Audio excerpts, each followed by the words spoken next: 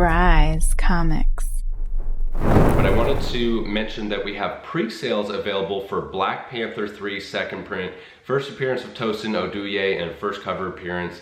And I gotta say, I'm reading this series and I am in on Tosin Oduye. Like, Marvel is really pumping this up. They're saying that the character of Tosin Oduye is going to change the world of Wakanda. The second appearance of Tosin, you can see him there on the cover, is an homage to Ultimate Fallout 4. And that article came out from Bleeding Cool saying that he could be the next Miles Morales. I mean, it seems like they're playing into this like they're trying to actually make it that thing. And everybody knows that Black Panther 3's second print was heavily ordered, right? Like, this one, everyone saw it coming. It's an awesome cover. He's right there on the cover. I'm not trying to pump this up as anything that it's not. It's just that Marvel sure does seem to have a lot of faith in this character. I really enjoyed this character, and you cannot deny that this cover of Black Panther 3 second print is phenomenal. I mean, this is some of the best Black Panther artwork. You know, who knows, even if it was heavily ordered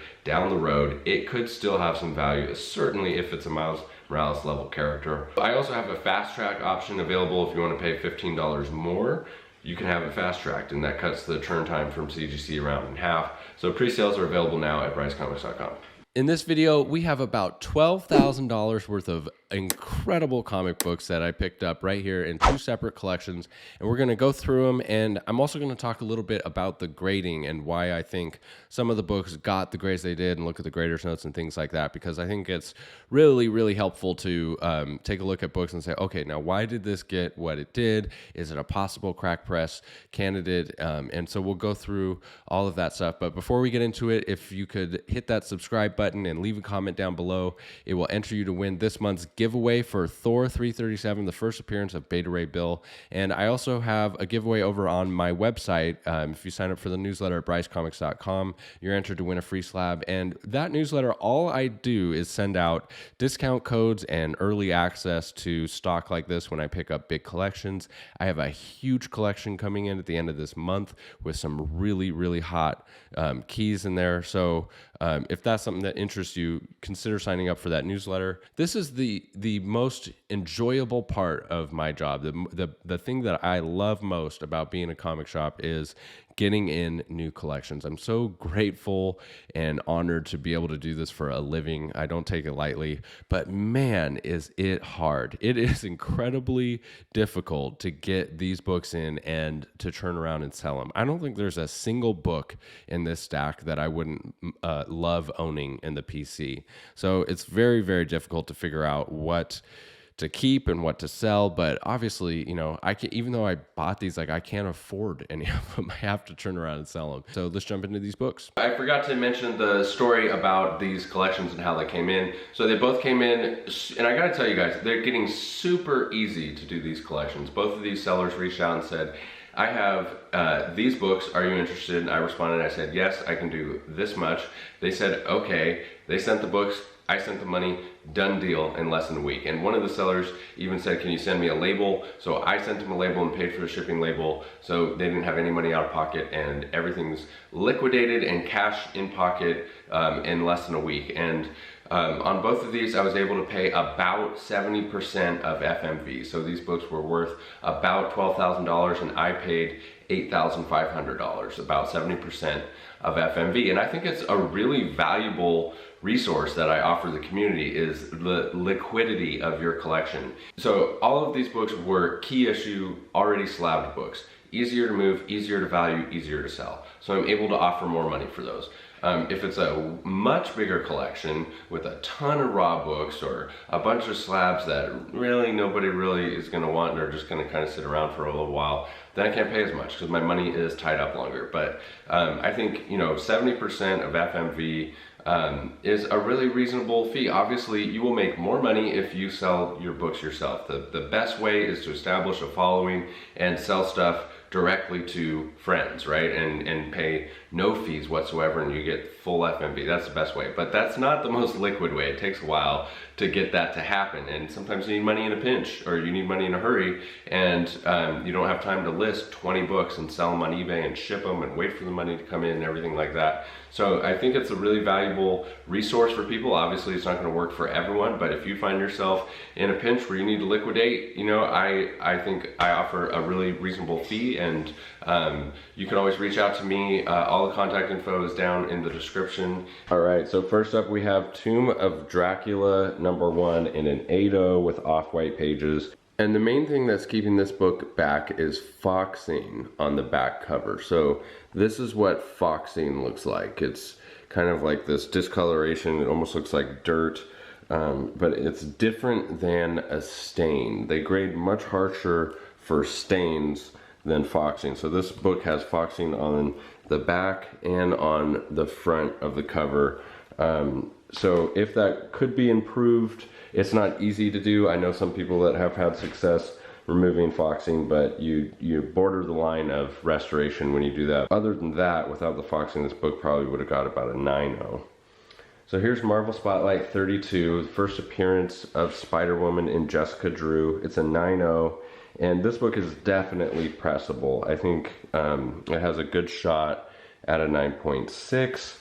The grader's notes say that there are multiple bends on the front and back cover, and there's only one tiny color breaking spine tick. And the promising thing about this book is all of the corners are really sharp. So this one definitely is a crack press candidate. I think could possibly get a 9.6. Here's Hero for Hire #1, origin and first appearance of Luke Cage, the first appearance of Diamondback, another book that presents really well. These first three have all been old cases, so and they definitely were not pressed. And the main thing holding this book back in the grader's notes says there's a stain on the back cover, and you can see it right there. It goes that length right there. And so here you can see how much harsher they grade a stain. This book is very similar in condition to this book. This one got an 8.0. I'd say this one's a little bit nicer condition, but it has that stain on the back, so it got an even lower grade. So that just shows you how harsh they are on stains. But a stain like this, in some cases, is actually easier to remove, because it could just be like some kind of foreign substance that maybe just comes off with like a cotton pad, and you don't need to use like chemicals or anything. You could just wipe it off. It could be something as simple as like a thumbprint. Strange Tales 135, first team appearance of Hydra, first team appearance of S.H.I.E.L.D., and the first appearance of Nick Fury as an agent of S.H.I.E.L.D. Talk about an undervalued book. Man, in my opinion, this book is super undervalued for as important as all those characters are in the MCU. This book is definitely a 7.5. There's a bunch of issues going on. This right here is the most significant color breaking creasing. There's also like some waviness and stuff going up and down. This edge, all of the corners have some degree of wear. There's plenty of spine ticks going up and down the spine, and on the back there is also some foxing. So I think this book is every bit of a 7.5, and I'm not sure if those things were improved, if it would really get much higher of a grade, and I'm not sure that the price increase is worth it, so that one's probably just fine to keep as is. All-Star Western #10, the first appearance of Jonah Hex. I've actually never owned this book, so it's really cool to see in a 7.5, and this book also has some foxing on the back cover and some wear on all of the edges. So, and some color breaking spine stress on the sides, so every bit of a 7.5. Here's Edge of Spider-Verse 2, the first appearance of the new Spider-Woman and Gwen Stacy in a 9.4 first print. Somebody reached out to me on Instagram and said they were interested in this. I can't remember who you are, so I'm going to set this aside. If you see this, reach out within the next couple days and I'll have it set aside for you. Otherwise, I'll list it at a price that it'll sell right away. Special Marvel Edition #15 and a 9.0, first appearance of Shang-Chi, first appearance of Fu Manchu and Sir Dennis Nayland Smith, first appearance and death of Dr. James Petrie, and it's also signed by Al Milgrom and Jim Starlin.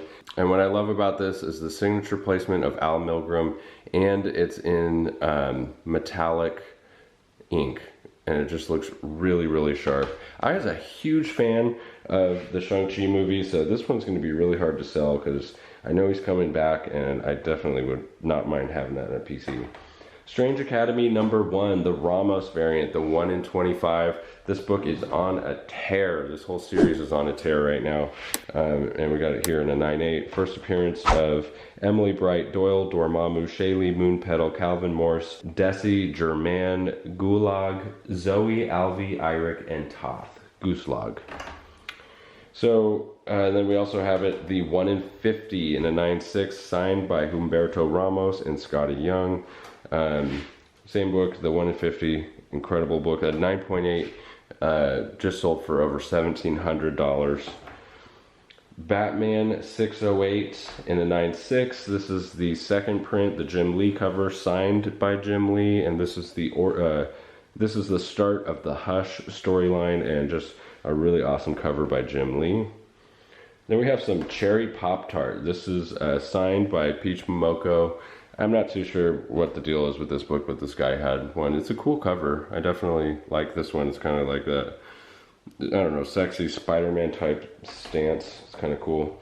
Here's another Cherry Pop-Tart signed by Peach Momoko, and the trade dress version signed by Peach Momoko. Make a cool set. New Mutants 98 9.6 newsstand. And this is the first appearance of Deadpool, Gideon, and Copycat as Domino. And I just would love to have this book in the PC in a 9.8. And this book, it's 9.6. It doesn't have any grader's notes. But the one thing that would concern me is that corner right there. It's just kind of rounded. It's not sharp. It's probably why it got a 9.6 and not a 9.8. I mean, there's not a whole lot of spine wear or spine ticks or anything like that on this book. So it's probably best just to keep it as a 9.6 unless you were really ballsy, I guess. Here's one, Tales from the Crypt number 32 in a 5.0. This is from 1952. This is Golden Age pre-code horror. It's an early appearance of the Crypt Keeper, who, you know, had that show on HBO, Tales from the Crypt. And we have an elephant here on the cover about to smash this chick. It's a Headlights cover, and it's got the Crypt Keeper, the Vault Keeper, and the Old Witch right there on the cover, like a lot of these Tales from the Crypt books did. And I don't know, man, I just think that this is such a cool pre-code horror, such a cool entry pre-code thing if you're like just getting into collecting pre-code horror. This one's super affordable, and just an awesome cover. So here is a X-Men 2 in a 4.0, and this is the second appearance of the X-Men. It's the first appearance of the Vanisher. So this book, I definitely think could get a grade bump. I think it can go up to a 5.0. The reason I think it would tap out at a 5.0 is all of this like color breaking stress right here along the spine. But this book has definitely not been pressed. As you can see, there is tons of finger bends and whatnot. That's all easily pressed out. There's not a ton of staining or foxing on the back, but there is a little bit of foxing and soiling and stuff like that. But because of this right here, this little chunk out, I would say that this book taps out at a 5.0. I don't know, maybe it could get even a 5.5 or something, because here's a 5.0 that has a chunk missing on this corner, some serious wear on that corner, some serious wear on that corner, and a chunk missing on this corner. So, you know, this book presents really well. I mean, there's not a ton of stuff going on with it, which is why it's allowed. I mean, it's a 5.0. It's 5 out of 10 if you think of it that way. So if it's a 5 out of 10, so maybe this one, even with this little chunk out here, could get as high as a 5.5, but definitely a grade bump candidate for that one. Submariner #1 in an 8.0, and this one presents really well as well. There's not a ton of issues. In fact, I see very few, if any, spine ticks on this thing, which is rare for an 8.0. So possibly this book could get a bump to maybe a 9 if it was cleaned and pressed, but I'm not sure that it's worth it for the price difference between an 8 and a 9. I mean, maybe just be happy with the 8. Marvel Spotlight 32, origin and first appearance of Jessica Drew and Spider-Woman again. This one's a 9.6, and this one is definitely 9.6. It's got a rounded corner up there and some corner wear right there. Other than that, this book is super sharp, and it would have been a 9.8, but with those two corners, it brings it down to a 9.6. Incredible Hulk 340 in a 7.0 white pages newsstand with the custom label. And this book is definitely a 7.0. There's issues going on. There's spine wear and corner wear and bends and whatnot. It's a 7.0 and it'll probably stay a 7.0. Amazing Spider-Man number 300, the first appearance of Venom. And this book is an 8.5, and I think that it's every bit of an 8.5. There's spine ticks and a lot of the typical issues that you see with this book with the all black cover, so 8.5 is a good grade. Now this one, Venom Lethal Protector number 1, the gold edition, custom label, 9.6, white pages. This is the retailer incentive. I believe it was a 1 in 100 in order to get this. This book is about an $800 book in a 9.6, and I think it's about a $2,500 to $3,000 book in a 9.8, and I would love to have this book in a 9.8 in the PC, and I don't see anything wrong with it except, and also this really cool back cover. I'm not sure if you guys knew that the gold edition has that back cover, but right there, that corner is just kind of like a little bit bent. There's no grader's notes on this. I think if I crack this out, you can't press this book because it's got this thick foil cover, and pressing it wouldn't do anything because the cover's so thick. But you know, you can do other things to work out little bends, like you could use like a massage ball or some silicone release paper and a spoon. I mean, the sky's the limit on what you can do to fix the book. If there's a little bend on it, the idea is you want to get it out. You can get creative, you know, it doesn't have to be a press. You can use all kinds of tools and things around the house. Now this one's interesting, She-Hulk number 1 in 9.6 white pages. I had to look into this because this book has no inner well. It's just the book sandwiched inside of this plastic case. There's no inner well, and I have never seen that before. As you can see, and what's weird is, as you can see here, there's Newton rings all over. It's kind of hard to catch the Newton rings, but there's Newton rings everywhere.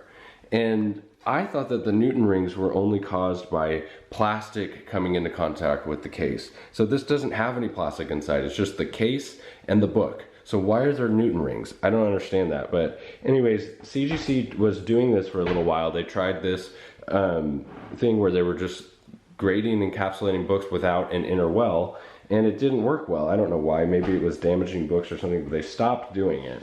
So I'm gonna have to send this in to get reholdered, but definitely threw me for a loop when I got that in. Like, what? There's no inner well in this. So that's it for this video, you guys. Thank you so much for sticking with me to the end. Don't forget to sign up for that newsletter, BryceComics.com, and you'll get first peek and access to new collections when they come in.